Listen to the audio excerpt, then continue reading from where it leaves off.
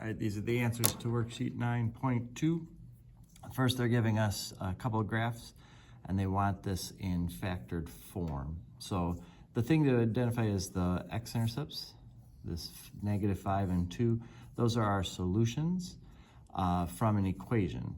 The only thing we have to keep in mind is that the -5 is what makes this thing equal 0, so therefore it has to be x plus 5, so that when I put -5 in, I get the 0 that I'm seeing here. Same thing here, when I put 2 into this, I get 0, so I need this to be -2.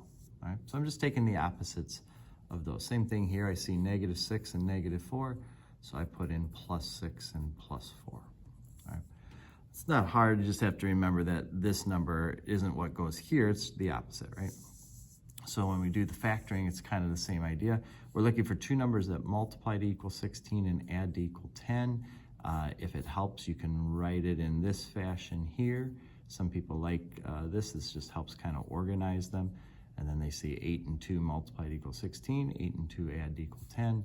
So they're gonna write 8 and 2. That's the factoring. That's what we did a couple chapters ago. So then what are our solutions? Well, they're the things that make this equal 0. So that would be -8 and -2.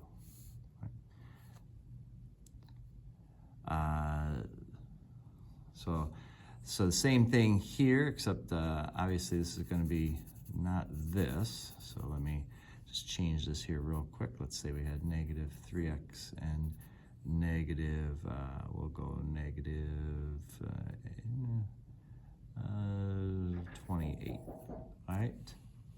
And so this would factor into x minus 7, x plus 4, which gives us 7 or -4 for our answer there, okay?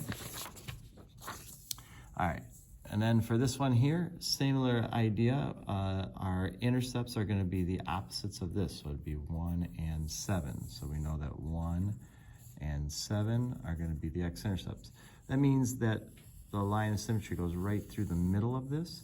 So that would be at x equal 4. And our vertex would be at 4.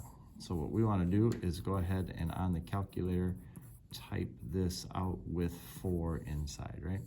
And that's going to give us -2 times 3 times -3, which will end up giving us 18. So 4, 18, something way up here. It's going to be our vertex, right? And then we'll have a y-intercept, which will be somewhere in here. That's when x equals 0. So let's put 0 in for x now and type that into the calculator. We'll get -2 times -1 times -7, which is a -14. Okay. So this isn't too bad. You just have to cut that in half and then know to put that in for the vertex and 0 for the y-intercept, and you should be good.